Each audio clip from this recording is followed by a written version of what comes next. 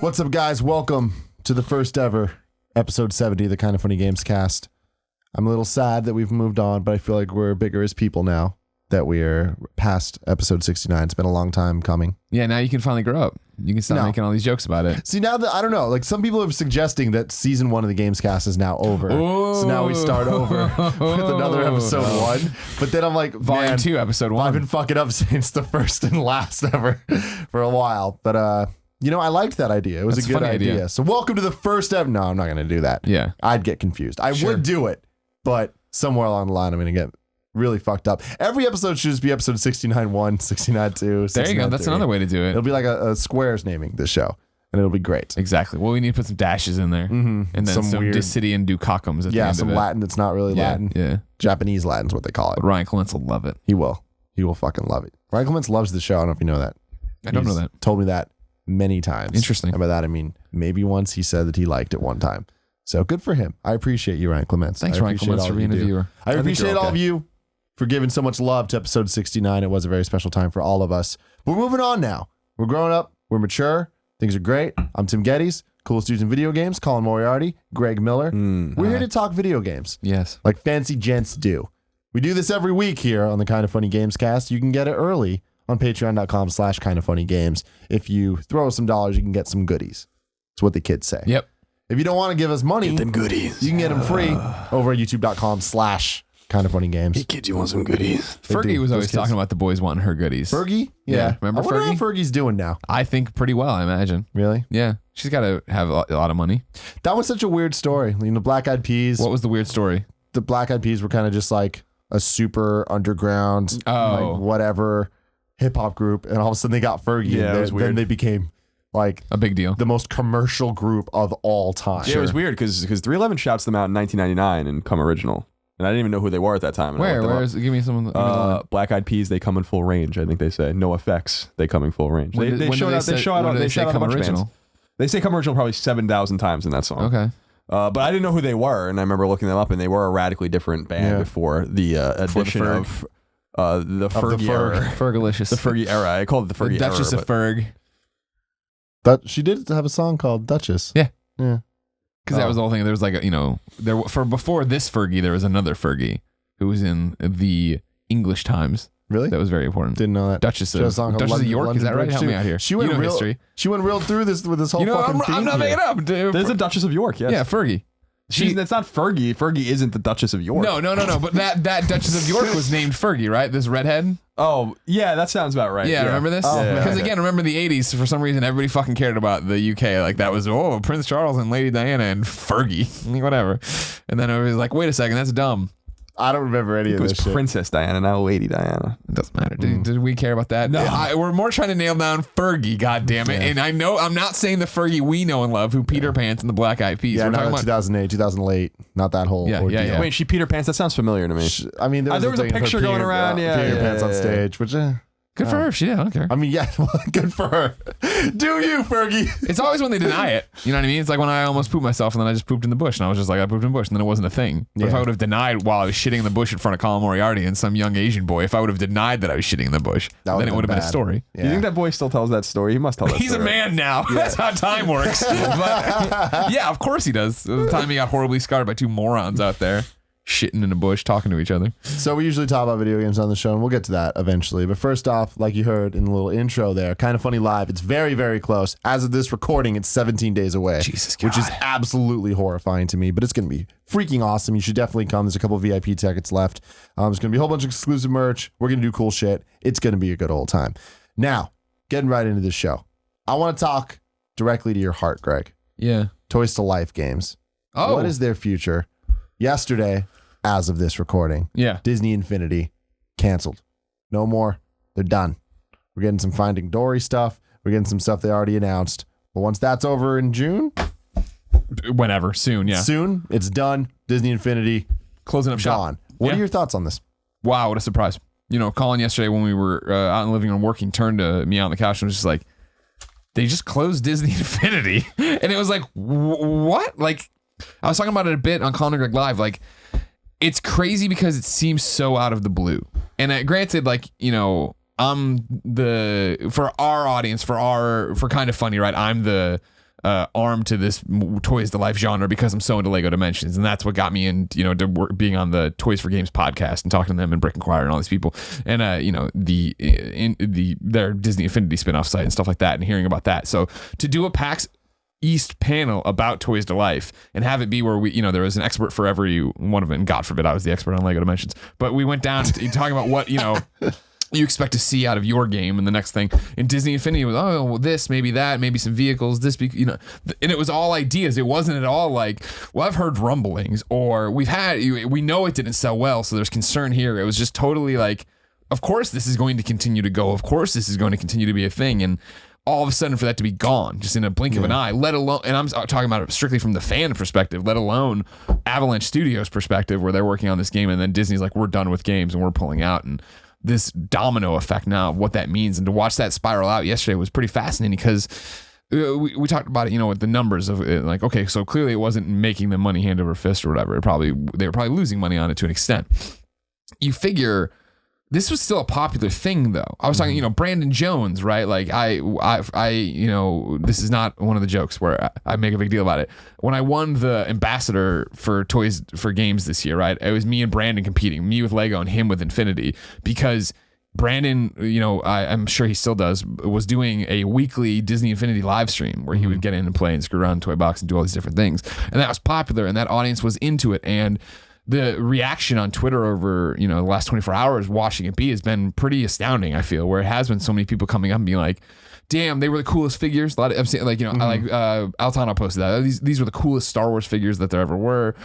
People like Tom Taylor, who's a comic book writer, being like, my kids loved this game. And like, then you have just people who are like, just into it as a game. Like, they don't have kids, they just enjoy playing it themselves, and they're using the proper way on like Amiibos or whatever, right?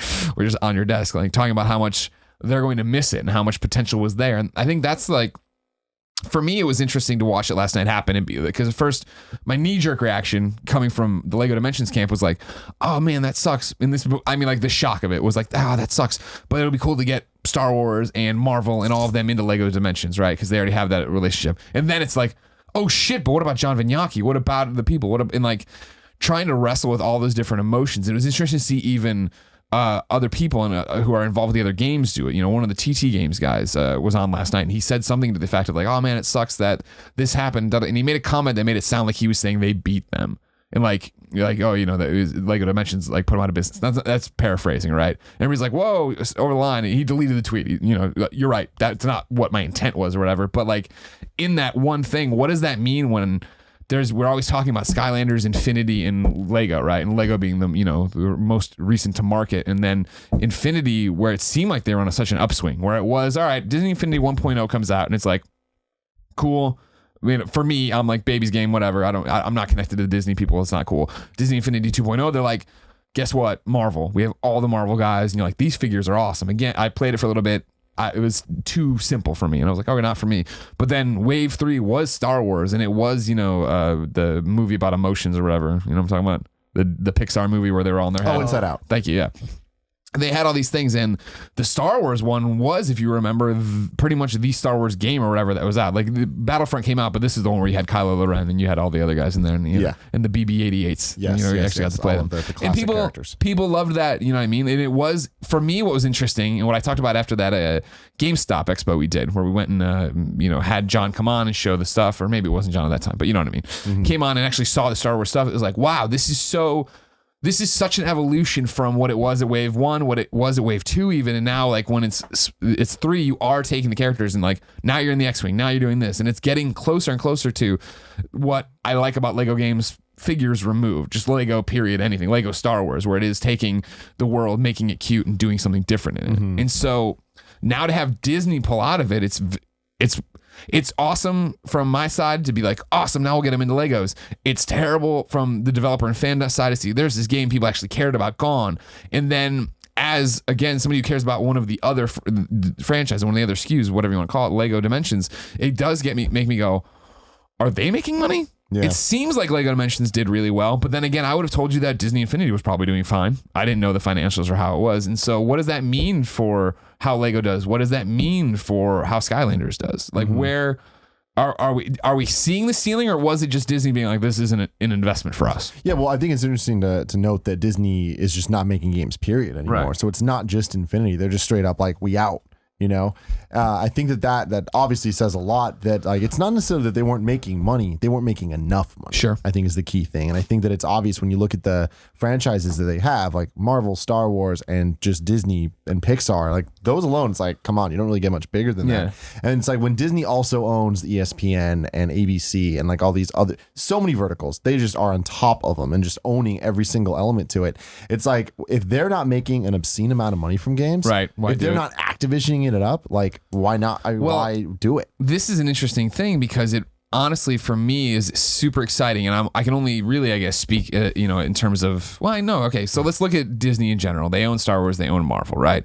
And for me, the really exciting thing was when we went and saw Age of Ultron. And we didn't realize we were like, oh, they were like, do you want to come see Age of Ultron early? We're like, yeah, sure. And we got there and there's all these press people with notebooks like, what's going on? Like, oh, they're announcing how Marvel's going to handle games from here on out. And Marvel's whole thing at the time, remember, was like, we're partnering with Telltale. And this is an example of what we're talking about. We're no longer going to try to do this on our own. We're going to go partner with the top tier developers. We're not going to do it where we get a studio and try to make it our own and da-da-da, because that's so much work and it is so hard. And I'm not saying that Avalanche wasn't up to the task of making Infinity awesome, but clearly, I mean, just talking to the people about it, it didn't resonate in the way that I think Dimensions is something that I hear all the time, like, oh, I love it, and so does my kid, and like, it's a Lego game, and we play, but there's these references and da-da-da, whereas I really feel like Infinity is very much a kid's game with then awesome toys connected to it. And so for them to go like, all right, cool, we're not going to worry about how do we do that? We're going to partner up with it and actually put our money where our mouth is, right? And this then, what I'm talking about is excitement, right? You can see with Star Wars where they're taking this and getting the, we're getting Battlefront. We're already talking about Battlefront 2. We're talking about this Amy game. We're talking about all these different games that are Star Wars licenses being given out and letting creators and developers do what they do best, right? Then it gets super exciting when, again, you allow yourself to dream and talk about that rumor that I will not let die of Sucker Punch working on Spider-Man, right? And that, of course, seems like such a crazy idea, but the more we talked about on that PS I Love You, the more I was like, this kind of makes sense. Like, give it to Sucker Punch, who are awesome at doing open world games, and let them do. And like this, I still think speaks to that of Marvel being like, of Disney being like, yeah, we can't do this on our own, and when we do it on our own, it's really time consuming and hard. Yeah. We'd rather go get the best of the best and give it to them and see what happens. Yeah, I mean, licensing goes a long way, and I mean, it's just easy math to look at it and be like, properties sell. That's it. So it's like having when you have Spider-Man, give that to a game developer that knows what they're doing. Right. That's gonna sell copies. And that's the whole thing again. Like what you're talking about with money and how they can print money. It works in the exact same scenario we're talking about of getting them into Lego Dimensions. You know what I mean? I remember when Disney bought Star Wars, and I was like, well, that's cool, but we'll never see another Lego Star Wars game. And then here we were, and it's like, oh, they've just announced Force Awakens and this, that, and the other.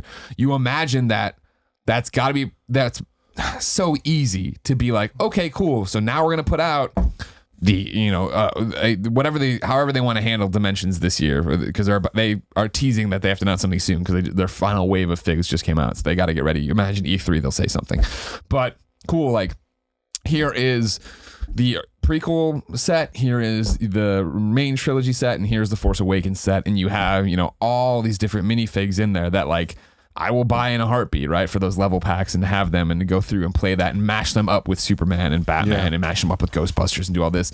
And so it's the same with Marvel, right? Like I don't know how far along discussions were, how long this was telegraphed. Maybe they were already talking to Lego. You hope that way they can be on top of this stuff. But if you came out at E3 and you were like, yeah, so sad to see them go, but we've reached this deal, and here is this giant Marvel playset, and here's this giant Disney playset, and here, man, that'd be awesome. And that like is the same thing where I don't think that necessarily Disney's board of directors or whoever is looking at Avalanche and being like, well, they're not nailing it with Infinity, but Lego sure is. I think they've had that relationship with Lego forever. They understand what Lego games are and TT games and stuff like that.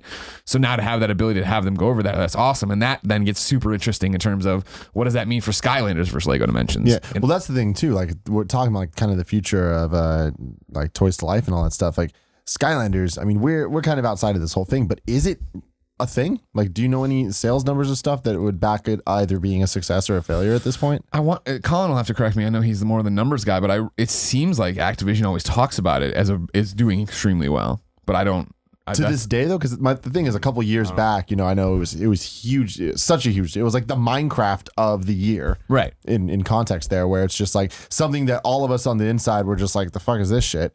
Like, Spyro looks stupid now. And then it was like, oh damn, no, kids are actually like all over this thing. It's weird now because we've seen so much, especially with Amiibos and with the Lego and with the Disney and all of it. When you go to Target, you go to any toy store, which I frequent very often, way more often than I should, and the aisles are just dedicated to these Toys to Life games. Like the video game section is smaller than it's ever been, and half of it is these toys. And you walk through, and then it's the rare Amiibos are gone.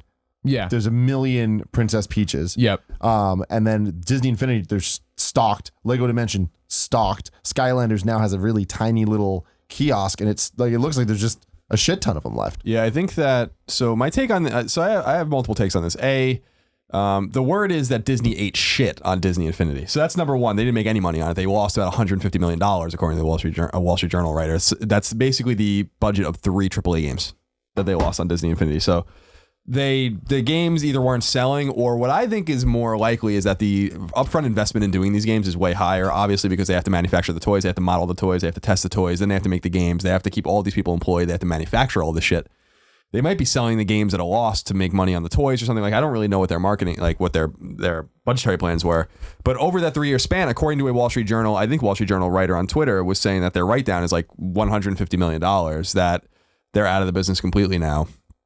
So it wasn't like they weren't making enough money. They weren't making any money. And it goes back to what I was saying. I think I said it a long time ago, which is that this Toys to Life thing is a fad, and it can't, and this thing can't be supported by multiple companies. And I said that when when Lego Dimensions actually was coming out, I was like, someone's got to go. And lo and behold, someone went. Now it sucks that this folded and affects people's employment and stuff like that. It's very sad. But my assumption is that this can't last forever, and that the only reason that Lego is probably going to be the winner here is because Lego is ubiquitous with built. They have a clever way to make it more than just putting a toy on a portal, which is not that exciting after a while. And that goes back to what Greg was saying about Amiibos. Like, Amiibos aren't popular by any stretch of the imagination because of their functionality with games. They're like the only way you can get Nintendo toys. Yeah, the cool statuettes to have on your desk. So like, if those things were shitty and were tied to tethering to your Wii U, they would sell like garbage, but that's not what they're all about. So we have some market evidence that this stuff isn't maybe as big as you'd think. And the fact that Disney took such a huge loss on it, I think Activision actually makes money. I was going to say, the stats I have for you on Skylanders is this. As of February 2015, the Skylanders series has crossed the threshold of $3 billion in sales, with 175 million toys sold since 2011, making the series one of the top 20 highest selling video game franchises of all time. Right. As of 2015, over 250 million toys were sold. Right. So in about a 5 or 6 year period, they're selling 50 million toys or so a year. I'd be really interested though in what in this last year was. I know. It's hard to get that. February 2015, there wasn't any competition besides Amiibo, which doesn't exactly. Well, Infinity count. was there. Anything I guess you're right. Yeah. Anything that depends on a peripheral is going to be ephemeral. It's not going to exist and last forever. And I think that's pretty obvious. And there are not many examples of that being not true. So I think this idea is cool, but I think that it's like I was saying when Lego started doing all this stuff, which is like, you got to get parents invested in this stuff. There's way too many of these things. They don't have that great of a functionality. Lego at least can be played with in some respect, I guess, like by itself, when you're putting them together and there's some sort of like tactile response to it. I think that maybe the market's becoming a little bit more privy to the fact that this is kind of like not really a necessary way to play games. And this is just a way more expensive way to play games. Instead of buying Skylanders for $60, you're buying Skylanders for $60, plus you're like have to buy all these toys to activate things that should already be in the game. And I think that slowly people are starting to maybe realize like, well, that doesn't really make any sense. Like, why would we do this? Like, what is the point of this at all? The Lego thing is the only thing that makes sense. I think is actually quite clever. As far as as Disney getting out of publishing, I think that it's smart, and I do think that to Greg's point, it's wise to mitigate risk by going to partners that are capable, like EA, and having them build games. And they're going they're going full bore with Respawn and with Visceral and all this. So, if I can say one thing to what you're saying, because I agree with most of it, if not all, is the fact that I think where Infinity has a problem, right, is that they were trying to have one foot in both both places, if that makes sense. Skylanders, I think, is super successful and continues to be successful because it's aimed at kids, and it is a new IP. Whereas, like, yeah, we're totally outside of it because we never bothered to get into it. But those characters have stories and backstories, and when you're a kid and you're like, what do we do with these dumb things, right? Well, I remember being a kid and I would just sit there and play with my regular toys, and I think that is something that happens still, where kids finish Skylanders, take their toys to their friend's house and smash them together and tell stories or whatever and play in their room. Whereas I think with Infinity, it is this weird amiibo thing where it's like, I'll put them on my desk, I'll buy the figures, but I'm not playing the game, or I'm playing the game, but I have a better Captain America figure than that Captain America's toy. That's a statue. That's an in-action figure. And then Dimensions is the one where, at least, well, I shouldn't say that. I was going to say, in my experience, not many people are putting on display, but then I think of Trevor Starkey, who turned me on to these awesome cases to put them in. Like, and so, but it's still to the point of, if I'm a kid and I'm playing with that, great, and I'm done with that figure, yeah, you pop them off the base and then you put them in your Lego playset, and they go in and out, and you can put other people in there, and the game encourages you to customize your portal with your own Legos and do this different stuff. And to your point of, like, Skylanders, you have to buy these certain toys or whatever, and I can only speak to, I guess, Gen 1 or 2 Skylanders, where there were lockdown walls you couldn't get through. Lego Dimensions skirts that issue by allowing you to use in-game currency to buy, like, hire a hero for X minutes so you can get past this thing and activate that portal and stuff like that. So there's these weird, everybody's learning from each other and doing these weird little, dynamics, but it's the fact of Lego Dimensions delivering, and I'm totally biased, of course, delivering on a gameplay and toy level, whereas for all, where I think it is the fact that, I just saw Chobot and Blair with their son playing, and he's super excited and he's fooling around with it, right? And then there is nerds like me that are super excited and fooling around. I can't wait to build Slimer and stuff. I mean, the thing with not with Lego Dimensions, with Disney Infinity is, like, that we saw the progression and we saw that game get better over the iterations, and once it got to 3, the Star Wars one, I mean, like, there was a solid game there. It's like it got to the point that it really did make you think that 4 might be something that is for everybody in the way that Lego games tend to be, right? But you feel like they already not burned goodwill by then, but like so many people had already made up their minds, right? Like for me, it was Disney Infinity 2.0. Oh, cool. Sat down to play it, and I was like, oh, no, not for me. And it's like, I wouldn't go back now. And even with 3 or 4, if you were like, no, it's really coming on, I'd be like, great, but I missed it. It's not for me. I'm not on that carousel right now. Yeah. So, I mean, I think this is, it had to happen at some point. I think that it definitely came out of nowhere. I feel like there hasn't been this type of news in the games industry for a while, where, yesterday I was in here for some reason on my computer and it came up and I was like, really? Yeah. What? Like, that's just so abrupt. But, because especially, like, you think back to last E3, we're coming up on this E3. So a year ago, it was going real strong. Like, at least John Vignacchi was on our show, right, with all the Star Wars figures, and we all talked about how awesome they were and how cool this was. I just think that the risk is so high in making these kinds of games. Like, what I'm interested in is not what Activision made in revenue, but like what they spent. And now I'm sure that they made a profit, but like, you have to, like, there's a greater dimension to making these games. Like, you have to assume that the game Toys from what is it? Toys to Life? No, the studio that makes which one? Skylanders is Bob's playset, Toys from Bob or something like that. It's like, it's some, I don't know, you'll look it up, I guess. Like, what is their investment to make the game? And Toys for Bob. And then, like, what is their investment to make the game and then sustain the game and then sustain this team and to patch it and do all these kinds of things, add DLC and update it? Then, like, what is the manufacturing cost? Well, what is the cost of, like, getting these figures sculpted and tested and all these kinds of things? Then you manufacture them, then you have to ship them and sell them. You have to market all of this, which is really expensive. Like, the cost is just way greater. And so the upside can be greater for Activision, it seems like it was, but the downside can be way worse, which is what it seems like it's been is for Disney. Like, if you're losing or writing down and have to basically write down $150 million, like, you spent a lot of money on this. And it's way out of whack with what a game should even cost to make. I mean, for instance, like, I think Epic was just talking about how when they were still making game like Gears of War and stuff like that, that their projection for Gears of War 4's budget was about $100 million. So Disney Infinity lost more money than, like, the budget of that game, like of what that game would have been. And so it's not as easy. Business is never as simple as, like, addition and subtraction. It's just not. I mean, there's a lot in those numbers. They probably had a lot of investments. They might be able to get some tax breaks. It might not be, and they're a huge company, so it's not going to, like, really hurt them. Yeah. But it's just way too complicated, and Toys to Life games are not immune to the market pressures of anything else. And there's only room for so many shooters. There's only room for so many MMOs. There's only room for so many MOBAs, and there's only room for so many Toys to Life games. And, like, the more people that jump on this bandwagon, the more death and fucking destruction is going to be seen, because these require so much more money and so much more investment. And you better believe that Disney Infinity closing down is going to hurt the entire vertical, because some people probably invested $500 or something in that for their kids. Sure. And they'll be like, fuck this. Exactly. And that's the end of that. And they just chose the wrong horse. And that sucks. And that's sad.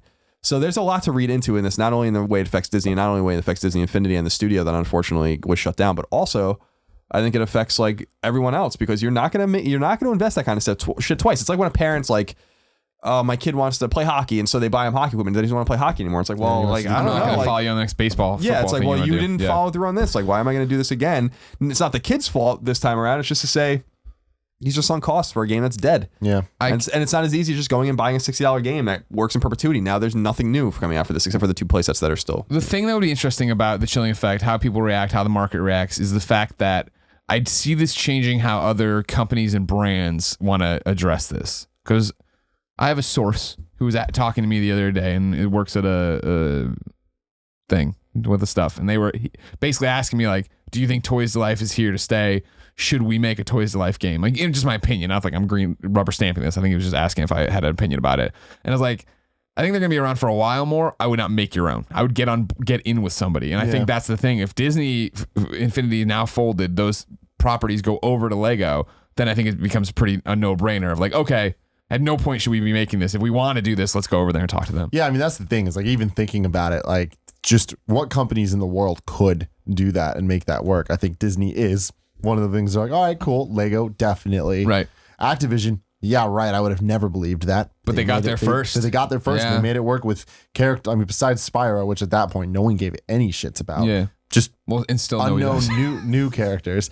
So that's interesting, because I don't think I could even name a single other conglomerate. When we're off the air, you can guess. I'll let you run through. I'll give you 5 guesses. I mean, yeah, I honestly don't even think I could. Yeah. So cool. Everyone go tweet at Trailer Jones and tell him you're sorry. Is that still his Twitter handle? He hasn't changed it yet? It's Trailer Jones. Okay, Yeah. just making sure. Yeah. And John Vignacchi. Tell John yes. Vignacchi loved him. John Vignacchi, one of the best people in the business, one of the most charismatic, fun guys who loved his job. I can't wait to see where he ends up next. But Because he's gonna bring that passion wherever the fuck he goes. maybe he becomes kind of funny. Cool. Second topic of the day, Colin. I want to talk about Resident Evil. You got some shit for me. Yeah, well, so there was just a passing mention in Capcom's financials that they were planning something with Resident Evil. At least that's what people have been reading into it. So what they basically said in kind of short and it wasn't very long. What they said to begin with was they have a full-fledged offensive for Resident Evil planned for the second half of the year. And what a lot of people are reading into that is that they're going to announce and/or release the game, Resident Evil 7 or a new Resident Evil game. Greg and I both think it's not going to be Resident Evil 7. It'll be like a reboot. But we'll see like what ends up happening. And that brought, this makes sense because Capcom has been messing around with Resident Evil for a while now. Like Resident Evil 6 was very lukewarmly both critically and commercially with lukewarm reception. Resident Evil 5 less so, but wasn't really a Resident Evil game. People really look back at Resident Evil 4 as the last true Resident Evil game, survival horror Resident Evil game. And, they released Remake HD last year, a little before this time. It was probably like 14 or 15 months ago. And then they released Resident Evil 0 HD. And then they announced that they're going to remake Resident Evil 2. And then they re-released Resident Evil 6 on current gen platforms. And then they're going to release Resident Evil 5 on platforms. And that's all going to culminate with Resident Evil 4 coming to these platforms, if I remember correctly. Yep. And Resident Evil 4 was already released on PS3 and Xbox 360. It's not a huge deal, but they're going to have some upgraded controls and all these kinds of things. Yeah. And so what this brought to mind for me was I have actually a soft spot for survival horror. I just don't think it's done very well anymore. And so I was wondering like what we want this new Resident Evil game to be and what aspects of survival horror are most important. Because I think that if anything's clear about 5 and 6, Resident Evil 5 and 6, it's that they're not survival horror games by any stretch of the imagination. There's no ammo scarcity. There's way too many enemies. There's not many like even trite jump scares and stuff like that, but it's not contained and confined and eerie. And those are the hallmarks of the genre to me. So I'm just kind of curious what you guys want this new Resident Evil game to be, and if you're even fans of Biohazard at all, because I don't know that. No, I definitely. I mean, the original ones, obviously, I was like hugely into, and they were something so special back then. And I think that they don't exactly hold up nowadays. Like the remake on GameCube, and then now that they remade or whatever, it's just the controls are wonky. You know what I mean? But that is kind of what made those games feel so tense and scary. I feel like 4 was a natural progression. 4 forward for that. And, as games evolve and as things get more modernized, it gets harder and harder to have novel ideas and to scare you and stuff. I think Dead Space for me is the clear best example of what survival horror could be on a next gen console. Well, now next gen is last gen. So what does it need to do now to kind of make you feel that way? I think along the way, Resident Evil became such a big franchise and everybody knew what Resident Evil was, that it had to keep evolving, because it couldn't just be, all right, mansion, city. It just kept like getting bigger and bigger. And it's like kind of like when you look at Mario, it's like you go from Mario World, Mario Galaxy, what's next? And it's like you need to feel this sense of progression. And it hit a point in the early 2000s, probably when the movie started coming out. Well, Resident Evil was action. It just became action. And that's Thanks, how Mila you Jovovich. make things bigger. It's just action. And it's like those movies performed so well. I'm sure that influenced the games, because shooters are starting to get big. Call of Duty's huge, all this stuff. It's like it became more of a shooter game because people buy shooter games. They don't buy survival horror games anymore. They were novel back then. They're not novel anymore. Right.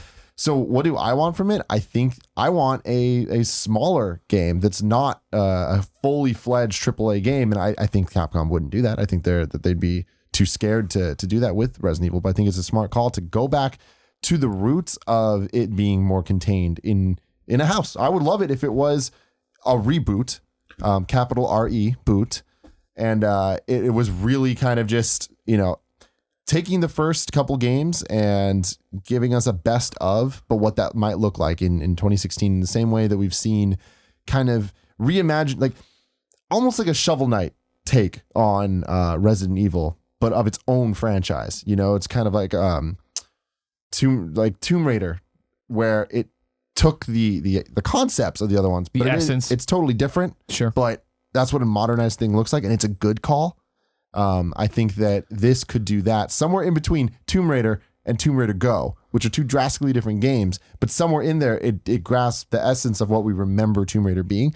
That's what I think Resident Evil needs to do for us to play something that makes us remember the feeling of playing Resident Evil. Mm-hmm. Yeah, for me, I want it to be limited ammo. I want fluid controls, and I want it to be a narrative linear experience. I don't want it to be crazy. Like, it's what you're saying. I want it to be AAA. I want people to do it, but I mean, imagine like a Naughty Dog Resident Evil, you know what I mean, on that kind of thing, where we're telling you a specific story and there's stuff happening, you can go around and do it. But my problems with it always were like, I always talk about it. On paper, I should love Resident Evil. I should be its biggest fan. Zombie movies are my thing. I fucking love video games. When this came out, I remember being like, and I'm talking about when it came out on PlayStation, I was like, holy shit, yes. And sat down and tried to play it. I was like, oh my God, I cannot even control the character. This is frustrating. And I never ever got over it and couldn't do it. And on GameCube, I played when I had my GameCube, I played the remake. I was like, okay. And 4 I played, but by then 4 was deviating for me, right? What I want them to do is I want this to be a zombie game. I do not want it to do the zombie shit they do where it evolves into lickers and giant monsters and everything else. I want it to be there's been a zombie outbreak and we're trying to contain it. And and how does this all spiral out? And there's intrigue and story and characters that make sense. And Wesker's back or whatever, but he's a new Wesker because it's a reboot. And his motivations make sense and I understand where we're going with it. I feel like that's Resident Evil as we know it didn't control well. The story got fucking crazy all the time. And like, I was talking about it with, we were talking about this earlier, Colin and I, of like, for me with 4 and remake, I mean, one of my problems with it was like just that they had the zombie rules, but even with the controls there where it's like I'd shoot a zombie in the head and it didn't necessarily go down. It's like, well, come the fuck on. Like, what is going, and granted, some of that's camera angle. I forget, what was it? There's like a roll where sometimes you can pop a headshot and blow up the head on one hit, but it's not every time. It's like, I want to be in that zombie universe that way. But if we're rebooting it, controls, good story, limited ammo, and honestly, I'd want a protagonist that isn't a badass. That, you know what I mean? I want it to be Isaac Clarke, Dead Space 1, and not Leon Kennedy, Resident Evil 4. And then as you saw with 5 and 6, right?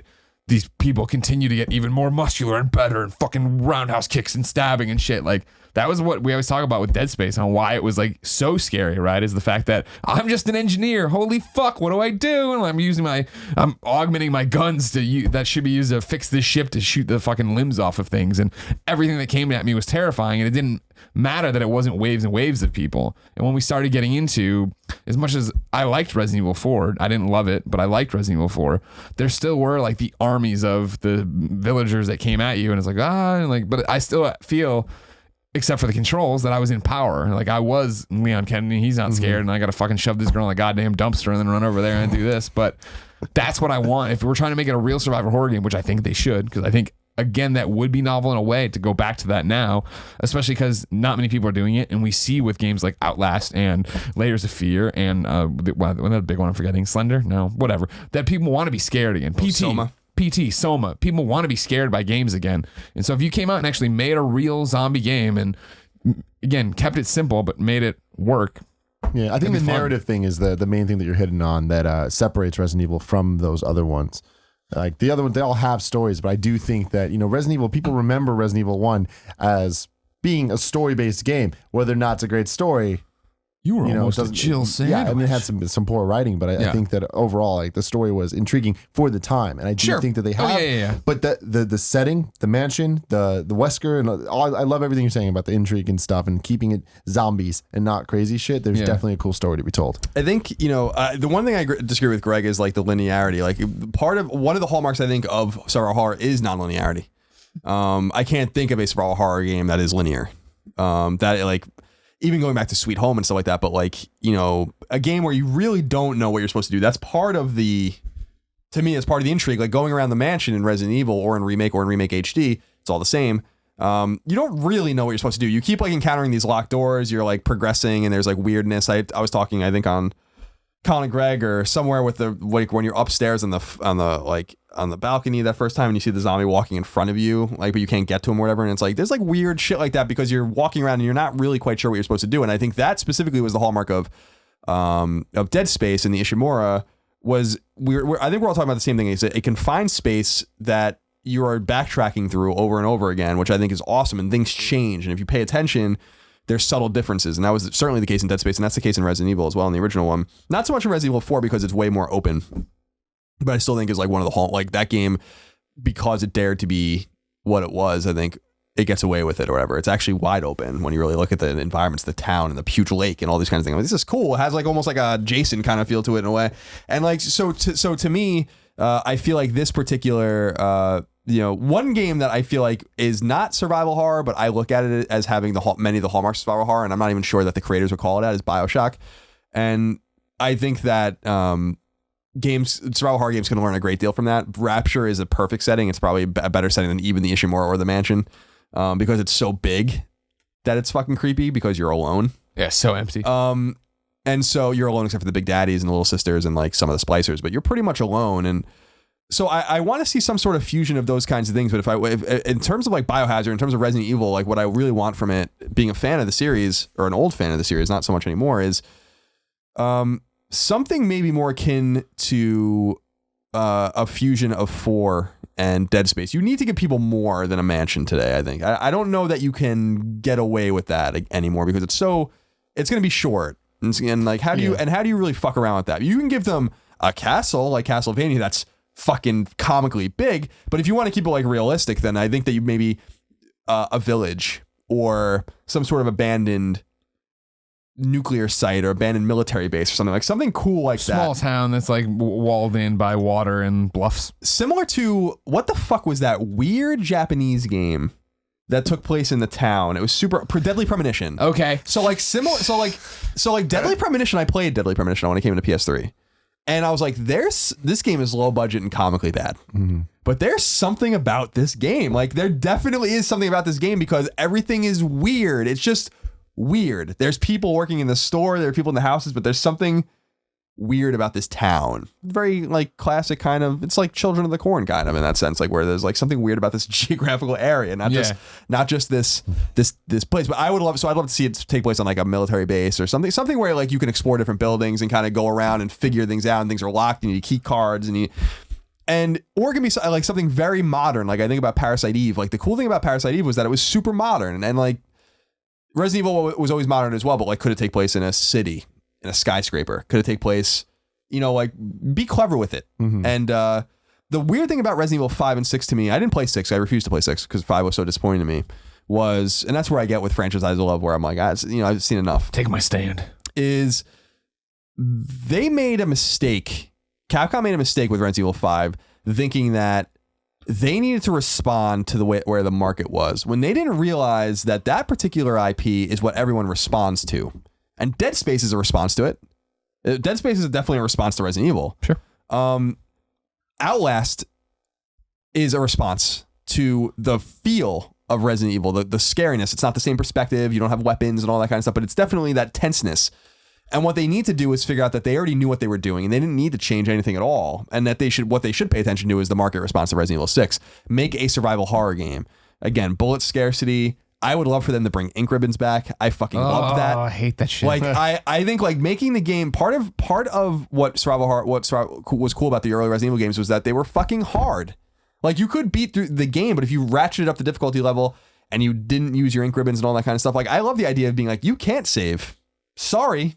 Like if you die, that's fine as an option, but that's not how I want to play. I loved that. Like I thought it was a unique. They didn't have to do that.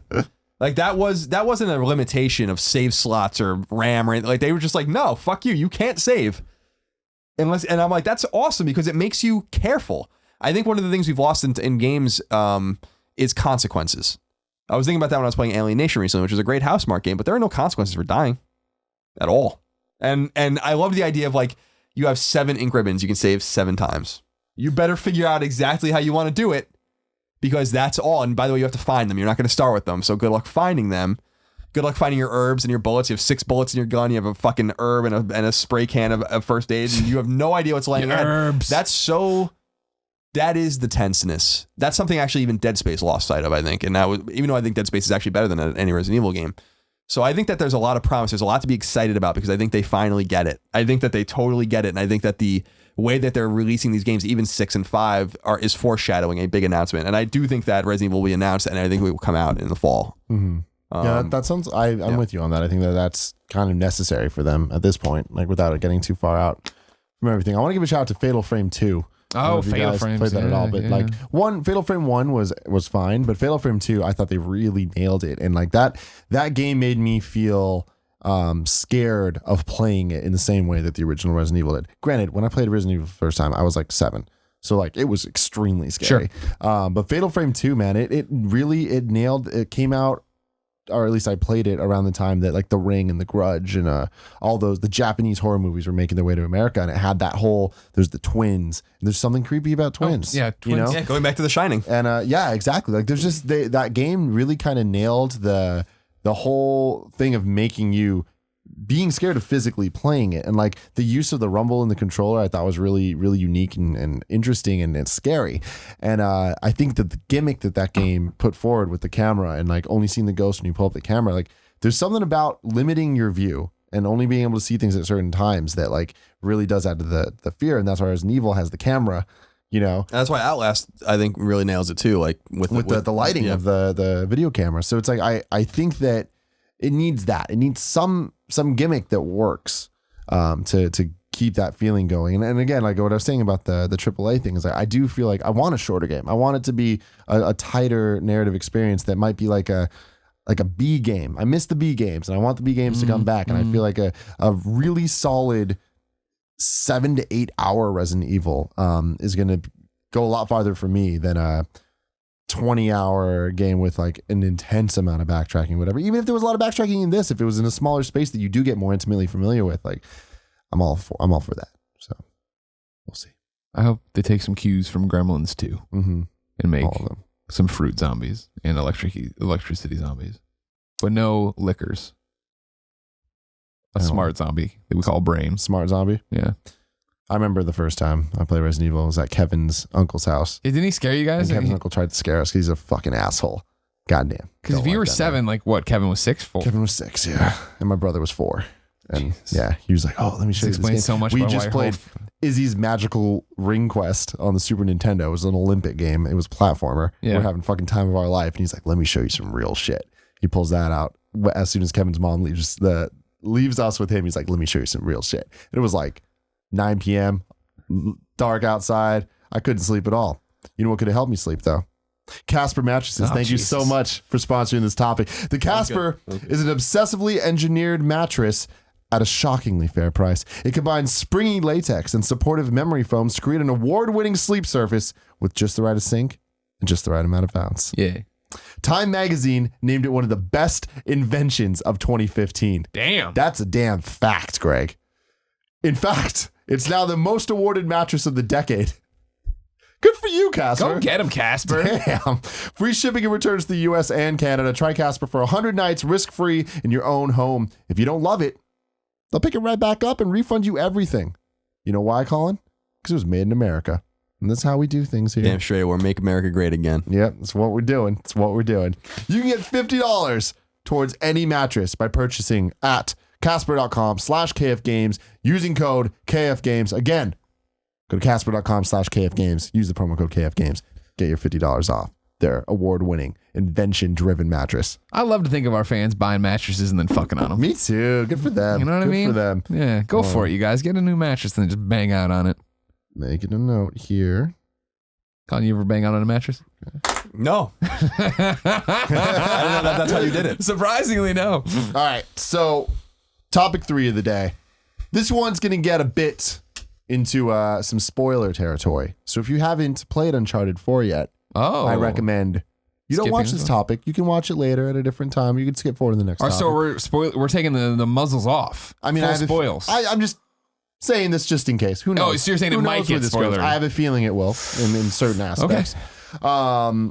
First off, I want to say that this topic is brought to you by our Patreon producer, Steven Insler. Steven, thank you so much for making this show happen over at patreon.com/kindoffunny. I hope you beat Uncharted 4, so he knows he's getting his Patreon shout out here. Oh, I'm sure he did. Steven Insler's the fucking homie. Also, it's brought to you by all you other people on Patreon. So thank you. Thank you very, very much. Again, I need to make a note of this. Let's go. So that Kevin knows how to do things.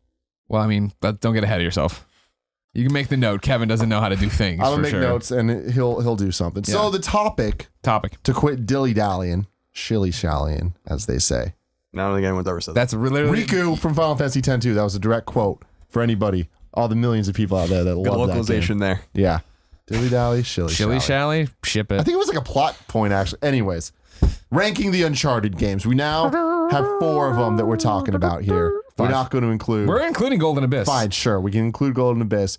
Then we're also including... we're not including Fortune. But I want to give a shout out to the new mobile game that came out. It's supposed to be pretty good. It's pretty good. It's a total ripoff of Hitman Go and Lara Croft Go, which is awesome. Great. Let's take that shit and give it the Uncharted treatment. Fuck yeah. Put it on the Vita. Totally. Yeah, what the fuck? Download it. Come on, it out. Are you serious? Gio, how did you let this one get past you? It's great. Guys, I think you own it.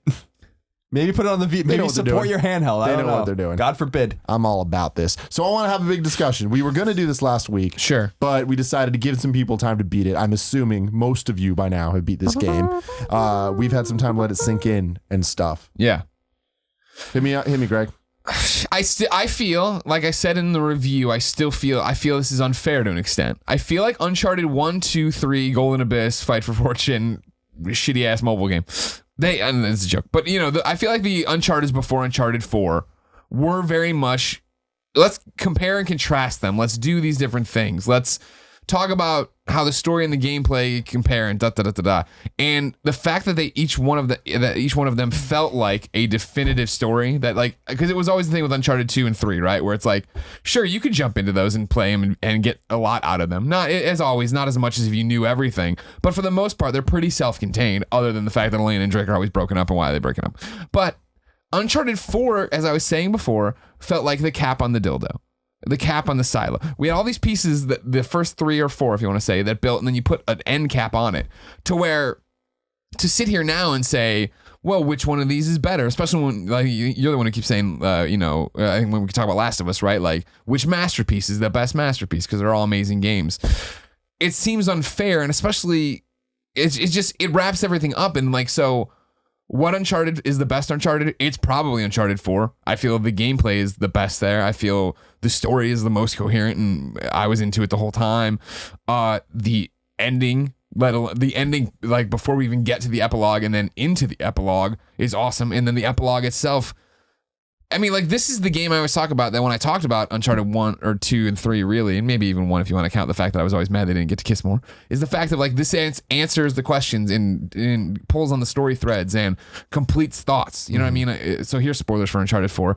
But, like, when you're reunited with Elena and you're going out into the jungle with her and stuff, she does that thing of, like, where she cuts you off. She's like, we'll have time to talk about this later. Right now, we have a job to do. And it's like, and I was like, fuck, yeah. And then right after the next battle, Drake's like, you know what? Fuck that. Let's talk about this. And he kept going back and having those conversations. Whereas in Uncharted 2 and Uncharted 3, you're like, is she married to somebody else? Is she married to him? Like, what happened with them? And then at the very end, you get a thing of like, and he puts his ring back on. It's like, well, what was the problem? And like, why? I wanted more. Why did you wait fucking 12 hours to have this conversation? Yeah. Why weren't, because like you've been in a fight with your girlfriend before. I've been in a fight with my ex-girlfriends before. When you're doing it, like you want to talk about it. It's not you put it off this long to get to this. Let me go find some treasure and jump on some mountains. Some people are like that though. Sure, but I'm not saying Drake the and treasure Elena hunting were aspect not. of it, but like, you know, but remaining like not wanting to fight. But I agree with you. It is a little And so like annoying. this is a payoff to 3 years and a decade of fandom. You know what I mean? So like, can we really sit here and compare them to it? Not to mention that, as with in my head with Naughty Dog games, right? They get better every time because they take from what they've learned and they do it and go on and forth. So I don't know. I mean, if you're putting a gun to my head, literally, I would say, yeah. I it's still so fresh, which I hate doing because you remember it took me years to say Peace Walker was my favorite game of all time because I couldn't just let it usurp Metal Gear without anything. But yeah, probably Uncharted 4 is the best in the series. I agree completely. I disagree in the sense that I think that this game is 100 times better if you play the other three. I disagree with you specifically, Colin, that like you need to play the other three to really have this be a great game because all of them kind of have the same thing. I think that 3, maybe even more so than this one, I feel like you have to play the other ones to have it hit you in the same way because this one just introduces Sam and it's just like from the beginning. Whether we're getting new information. If I've been a fan new forever, information, you're in there, and I feel like it gets into via him as a conduit, introduces him to Elena and him to Sully in a way that the player could introduce them to these characters and what they mean. It's pretty clear. It's like, okay, here's the wife and here's the like father friend, figure, you know? So I feel like 4 does a much better job of like explaining all that stuff. Because you're right, because it gives you the everyman, the inserts, what we've talked about in the reviews, right? Where like, I love the moment of being, in terms of if I'm Drake or Sam, I'm Drake. I've been on all Drake's adventures. I know everything Drake does. So like when Sam asks, is it always like this? And he's like, no. Maybe, yeah, it's always like this when he's getting shot at. It's like, that's hilarious because I get that joke. But if I'm jumping in for the first time, I'm Sam when I play that game, and you are getting all that information. Yeah, so I think that it does a really good job. And again, I've commended the game so many times on its pacing and its story, and I feel like it is much tighter and there's a lot less filler, and it feels better. It feels like I'm continuously progressing and enjoying everything that I'm doing. Not that I didn't in the other games, it's just this one does it so much better. And it is a kind of a pinnacle. And I think that it does all of the things the other games do better. The only thing being the set pieces, because you think back to the Uncharted 2s and even Uncharted 3s, like it has these crazy moments. The more I think about it, I really enjoyed the set pieces in 4 as well. Is like, Nick here? Okay. Yeah. I really, really, really like it. And it's funny because so many people say, oh, well, nothing could ever compare to Uncharted 2 because that was so fresh and new to us back then. For me, I didn't play 2 and 3 until Nathan Drake Collection and that's when you discovered I was correct. And no, it's when I discovered you were actually wrong all those years about Uncharted 3. But again, 3 is amazing. And I would never say that it's not a near perfect game, right. But I mean, in comparison to 2, to me, it just does not stand up. So to me, it comes down between 2 and 4. And I think that 2 still has my favorite set pieces overall. Sure. But man, this game really does just kind of take it up a notch, and it might not have been as fresh, especially because I had just played all of them back to back. But it definitely was the best presentation of all of it together. And I think that really goes a long way when this game is about presentation. And it is about that experience. That's a great point. So I think that 4 just gives it in such a tight package, whether it's the first game you're playing in the franchise or the last. If it's the last, I think it's not even a question. 4 is number 1. Because if you play all of them, it gives you so much fan service that feels like it's a nice payoff and not the shitty fan service, which it could have been. Yeah. So my vote's for 4, 2, then 3, then 1. Where are you putting Golden Abyss? I didn't play it, so you're putting it at the top. Yeah, no, probably. All right, so then for my rankings, then I'm saying 4, 3, 2, Golden Abyss 1, Fight for Fortune, the shitty mobile game. Fuck you. Yeah, I agree with Greg's ranking. Now, this was something that I had a hard time with because I agree with you. It's like, well, what do we like Uncharted for? And it's not really the gameplay. The gameplay is fine. It's competent. It's more than competent, but it's not like fantastic. That's not what we're talking about. Right, exactly. Oh my God, and we got to shoot him in the head. Yeah, that's not really like what Uncharted is all about. Right.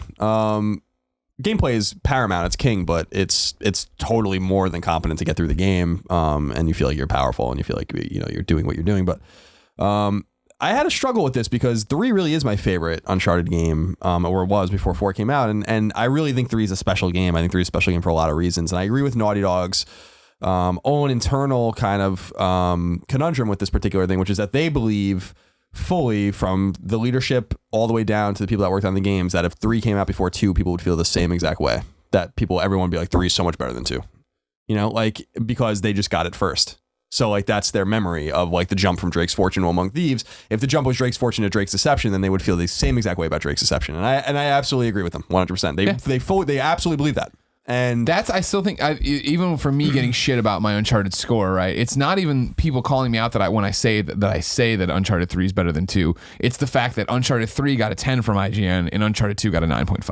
If Uncharted 2 would have gotten a 10 and Uncharted 3 would have gotten a 10, the fervor would be so much less. But it's that people think that they played Uncharted 2 and like, this is a 10, this is a perfect, and then when it didn't get that was like, and then the game they think that didn't have the wow moments because they've been wowed so much the first time. Right. The jump from, as you saw, because you played the Nathan Drake collection recently, but the jump we saw in 2009 was a significant jump from Drake's Fortune to Among Thieves that was not seen in Drake's Deception graphically or presentationally because the jump had already been made and that game was turned around quickly. So they were all turned around actually pretty quickly.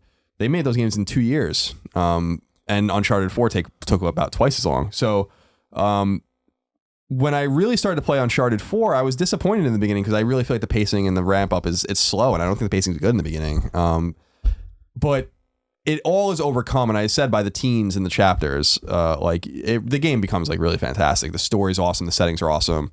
Not massively into Sam, but I think he's a great character. I think that Sully and especially Sully, but Elena to an extent were underutilized. But I think it all kind of comes together in a convincing way. And since we do judge these games by story, by presentation, by character and character development, by the resonance of those characters and the dialogue, the little things in the production that make the game go, I would have to say 4 is the best Uncharted game. I don't think any of them are as good as The Last of Us. I still think that The Last of Us is Naughty Dog's pinnacle. But again, I would have given 2 a 10 and 3 a 10. I gave The Last of Us a 10 and I would probably give Uncharted 4 a 10. So it's like mixing them up and being like, I don't know which one's the best. But so I would say 4, 3, 2, Golden Abyss 1.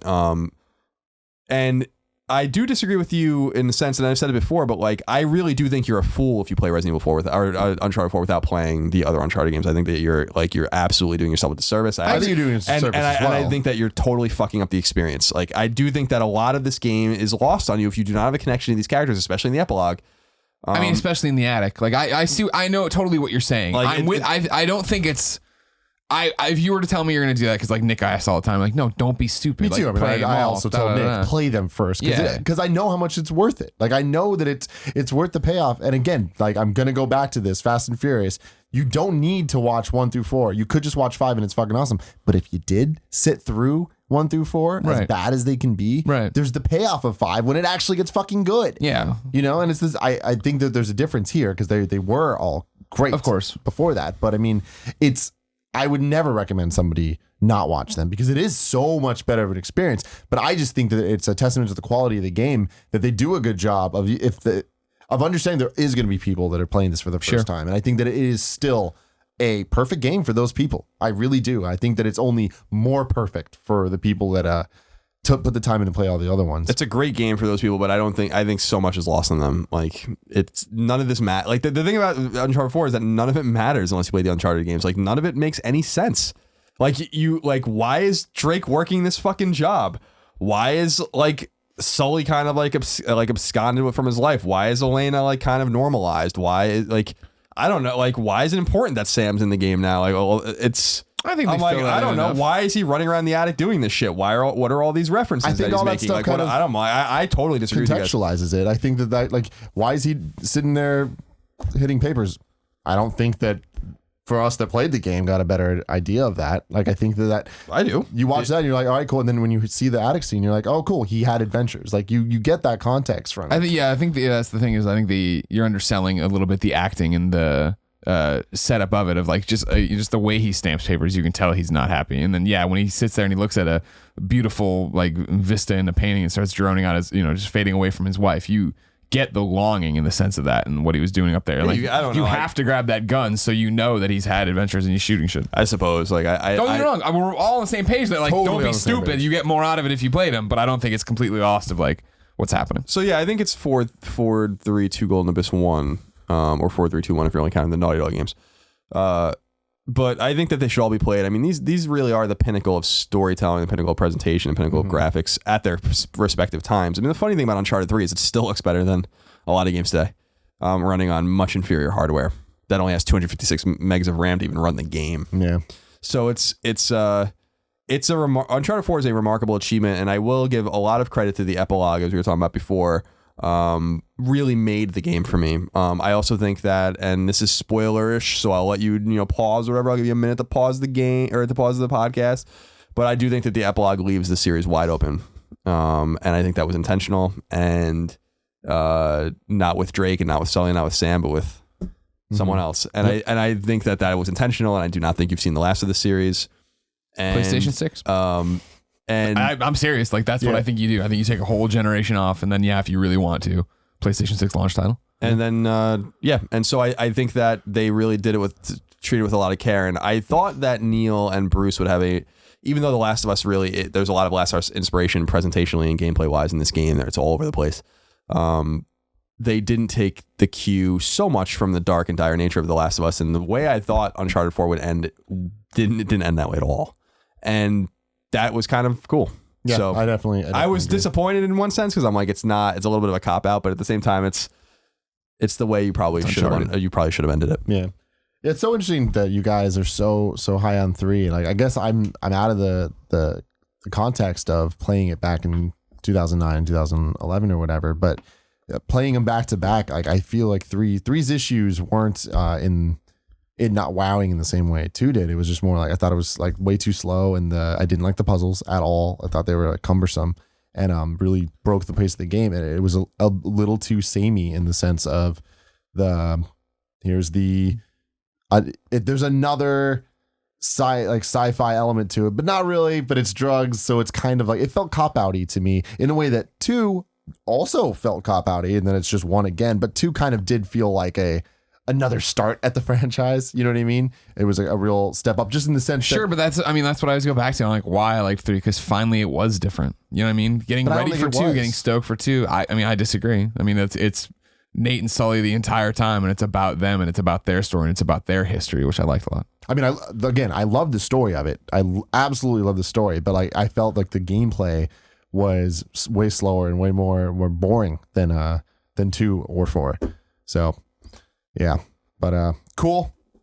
There you go, ladies and gentlemen. Let us know what your ranking is in the comments below. Sure that you will. Yeah, definitely. Man, that was only topic 3.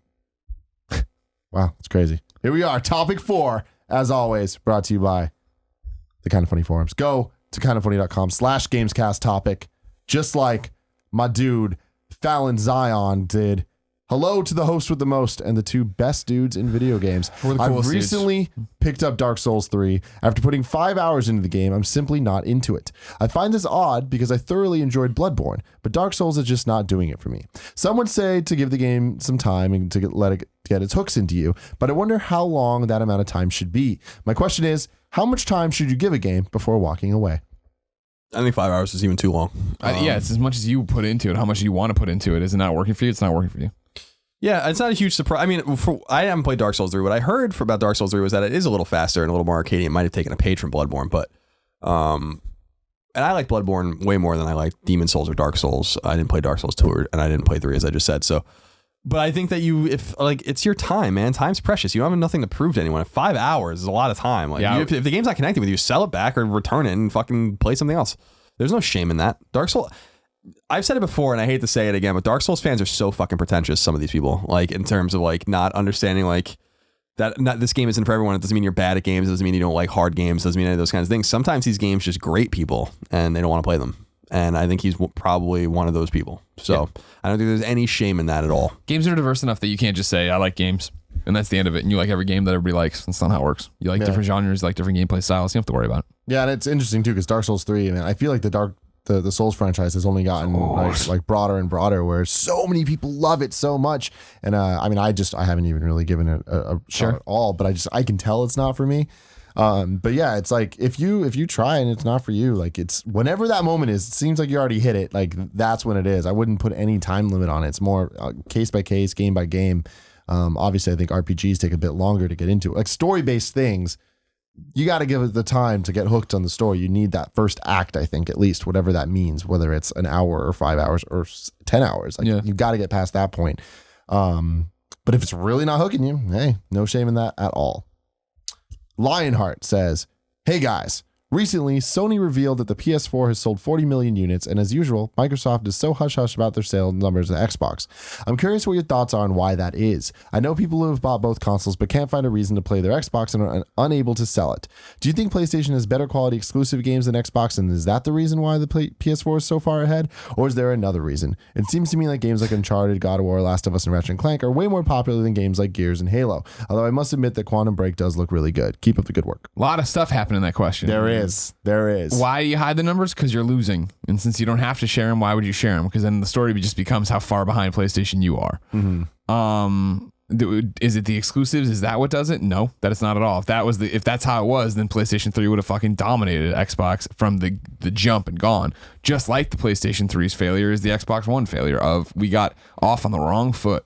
We came out and said all the wrong stuff and we really alienated everybody. And meanwhile, the competition, in this case, PlayStation 4 came out and said, we fucked up last time. We're all about games. It'll be easy to get games on this thing. Let's play games. And Microsoft said, TV, Xbox, cable, sports, this, that, blah. It was like, nope, nobody wanted that. Oh, you have to be online all the time and this, that. We're changing everything you know about how you connect with games and your profile. And everybody went, fuck no, and flipped out before they had the real information, before they ever got to try it.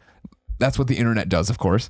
Yeah. And so that's how it happened. It wasn't, I mean, that's the whole thing is like how we're just, Uncharted is the first party amazing exclusive you need to have. And how long has the PlayStation 4 been out now? It's like, no, it's not. I mean, yeah, Bloodborne was there and there was, Second Son. Killzone. Like there's been games you can only get there, but there haven't been games, I think, like Uncharted that move units. Mm-hmm. Yeah, I agree. I think that, we've gone over this kind of ad nauseum, but it's really shocking how much it doesn't have anything to do with first party games. Because if it did, Microsoft would be winning. Because I think that their output until recently has been better. I don't think that any of these games are more popular than Halo or Gears, but and I think Gears is gonna be a huge game. Gears 4 I think is gonna be huge, but I think that it is about the messaging. It is about the zeitgeist of like rolling the ball down the hill or the rock down the hill and just watching it accumulate, debris as it goes down. And like, I think that's what happened. Sony just really lapped Xbox from the very beginning and they've never caught up. And the numbers, so Microsoft's numbers are probably between 20 and 25 million, which are very respectable numbers, but not when you're facing something that's selling 40 million and counting. So I think that, I think it has to do a lot with messaging, a lot with optics, and a lot less to do with the games, because the games, 95% of these catalogs are identical. Yeah. So did they release numbers last gen? Who, Sony? Microsoft, both of them. Microsoft did. Sony would occasionally. Yeah, but the gap was never this bad. That's what it is. So it's not so much as usual. Microsoft's not releasing their numbers. It's just this time they're not. Well, I think he means that. I could be wrong, but I think as usual, meaning this generation, like they have not announced numbers, I think, in like over 2 years. Mm-hmm. So that is extraordinary, but there's no reason to. But I think that they have to figure out a way to spin it that's respectful to them. I would announce the numbers and be like, look, like we're still trending around Xbox 360, if not ahead of Xbox 360. 25 million units is nothing to scoff at. That's more than GameCube sold. That's more than the original Xbox sold. That's more than, that we're creeping on N64. Like, but you're talking in terms of how human beings speak to each other when it's just going to be the Twitter headline, Xbox 50% behind PlayStation 4. You know what I mean? That's why they don't do it. That's the optic of it. And I think that, the unfortunate thing for Microsoft is that the United States is their most successful market and they're doing fine here. But Sony mitigated a lot of struggles in the United States with like a lot of success in emerging markets and a lot of success in Western Europe and in Eastern Europe, a lot of success in Japan, obviously. So even though PlayStation 3's sales seemed soft, they were never as soft as we thought they were. They were never as soft as they felt. Yeah. Because we were really in the place where Sony was getting its ass kicked. But if you were in England or you were in Germany or you were in Japan, the PS3 era was a little bit different, and a lot of people didn't play Xbox 360. Xbox 360 crashed and burned in Japan, for instance. So Sony's able to spread the ball a little bit, and they did that last generation to keep they were never getting beat by that much. And they're pretty much in parity at about 80 million each now. So for this, like, yeah, it's a difficult thing for Microsoft, but that's why they're doing it. It's because there's no reason to, and I think that maybe the numbers will come out. The numbers do sneak out in weird ways, though, from other like third EA will parties. say something about how many total consoles are in the market right now. Keegan Andrew says, "Hey, gentlemen, and Tim. I got you. Yeah. Regarding my Wii U, I have a Wii U and I don't remember the last time I played it. I loved it when I first got it, playing all the hot games like Mario Kart, Captain Toad, and so on. My question is, should I wait to sell it or get rid of it closer to the NX launch? Nope. I know GameStop likes to give extra credit when you trade in a console from old gen to next gen, or should I get rid of it now? I'm sure I could sell it on Craigslist for more money." Don't sell your hardware.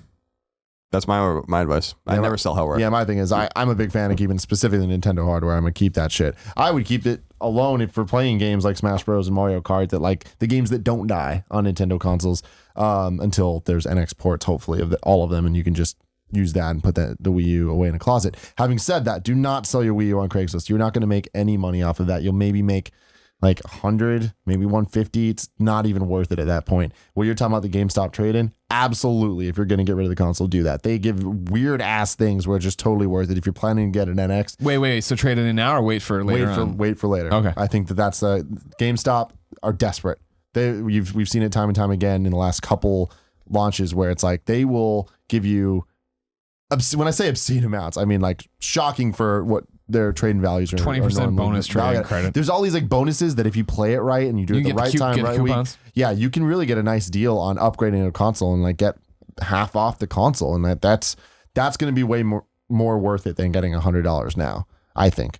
But also, I do think you should keep the console because Don't sell hardware. Don't sell hardware. even though there isn't anything coming out for it, if you're planning on getting the NX, like you're going to be playing Zelda there, so you don't necessarily need it, but I'd keep it. Anoyster says, "Hola." It's Spanish for hello. Oh. Ask Kevin for the correct pronunciation if need be. Long time, first time. How much experience do you have playing free-to-play games, and what takeaways do you have about them? What would it take for you to try a new free-to-play game? Almost no experience at all. I'm totally averse to the whole model. But you played Plants vs. Zombie 2? I did, but I refused to pay anything in it. Right. I would have gladly paid them $20 for that game. But since they made me not pay for it, I was like, well, I'm not paying you shit. And it ruined the game. It kind of like Plants vs. I was so excited for Plants vs. Zombies 2. Like through the roof excited for it. And yeah, it annoyed me. I have no experience. I'm totally averse to the model. The model is predatory. The model is wrong-headed. It's fucking stupid. People should pay for their games. It is destructive to the way we pay for games. It sets expectations that games shouldn't cost money. It has an extremely destructive nature on all of the games around it. And if you don't believe me, ask the thousands and thousands and thousands of developers that have gone out of business trying to release their games on iPhone. Like, I don't know, I don't know what else to say about that. Like, I think it's totally ridiculous. I hate that model. I think like anything else, there's plenty of bad examples of it. I think there's good ones too. My experience with free to play limited when I think about it at a very top level, right? Maybe an iPhone game here or there, but then in reality, like I was DC Universe after that went free to play, kept playing that. I kept paying for it. I'm one of those white whales they always talk about, right? Who every year gives them the $150 subscription. Like, yeah, okay, love the game, great. I've had 600, 700 hours of great times in this. And I think in a experience like that, I thought they did free to play correctly. Granted, again, I wasn't free playing ever, but how it worked download this, try. I mean, like that was, their salvation when the PlayStation 4 came out. The fact that they were there to launch and they were free. And so many people jumped in. You just saw it with Xbox One. They just launched the Xbox One version. So many people jump in, and sure, a lot of people jump in and are like, not for me. This isn't what I want. But then there are the people who jump in and like, oh, this is cool. And then, oh, I do want more inventory slots or whatever. I've gone through the trial version and now I understand to keep the servers on, to keep the game going, to pay them back for the fun. I'll pay the subscription.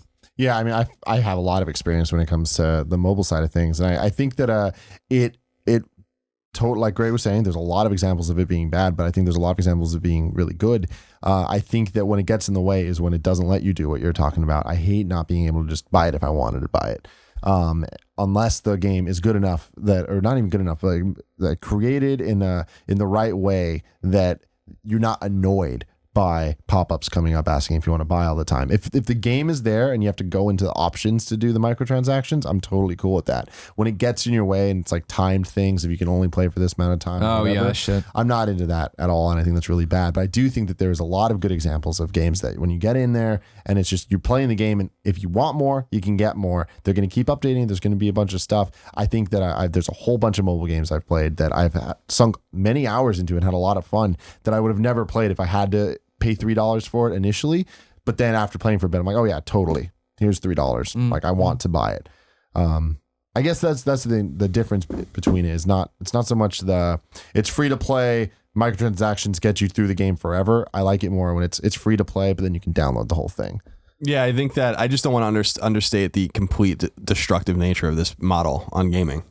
We were already in the $50 and $60 era getting games cheaper than they've ever been. And this convinced people that games should be cheaper and that games maybe shouldn't cost anything at all. And it's just been bad. It's been not good. But has it? Because I feel like it's faded away. I remember when everything was going free to play and it was a big deal. And this is at the same time when mobile was going to eat our lunch, and that was the future. Like any war, it fades, but like there's still fucking corpses all over the place. You know, Sure. I think that it's like what we talk about with resources with game development. If you make a free to play game, you have to figure out ways to get people to like give you money. This takes away from design, or this seeps into design. If you pay $60 for a game, or $20 or $10 or $5 for a game, it's not seeping into the design of how to extract more money from you. You already got the money. You don't have to worry about that kind of stuff. It's fundamentally unsound, I think, and I'd love to see it go away. And I think that in some ways you are seeing it go away, in some ways you're seeing proliferate. But there are so many losers when it comes to this model, and like only a few winners. And I think that says everything you need to know about it. Personally. Cool. Ladies and gentlemen, this topic brought to you by Total War. What is Total War? Warhammer, a fantasy strategy game of legendary proportions. Total War Warhammer combines an addictive turn-based campaign of conquest and empire building with explosive, colossal, real-time battles, all set in the vivid and incredible world of Warhammer fantasy battles. It's the perfect match. It's a marriage made in gaming heaven, rich, high fantasy world of perpetual war and massive battles that you find in Warhammer. Total War is a critically acclaimed epic-scale conquest-based strategy game. So when you combine them, you get a gorgeous, high fantasy world of perpetual war and conquest on a colossal scale, brought to life in hours and hours of gripping strategy gameplay.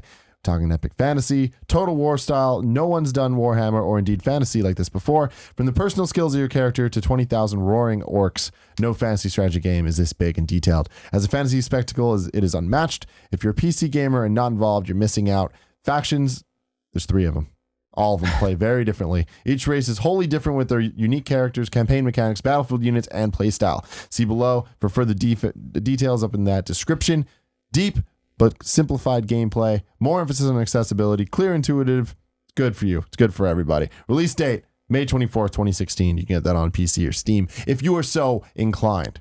Do you think that Roaring Orcs is a play on words like the restaurant Roaring Forks? Probably not. No? You don't think the guy wrote it and he's like, oh, fucking I ate at Roaring Forks today and then I made a Roaring Orcs joke. All right. In my PR press release. Ladies and gentlemen, thank you very much for joining us again on this first and last ever episode 70 of the Kind of Funny Gamescast. We'll see you next week. Hope to see you at Kind of Funny Live. Till next time, I love you.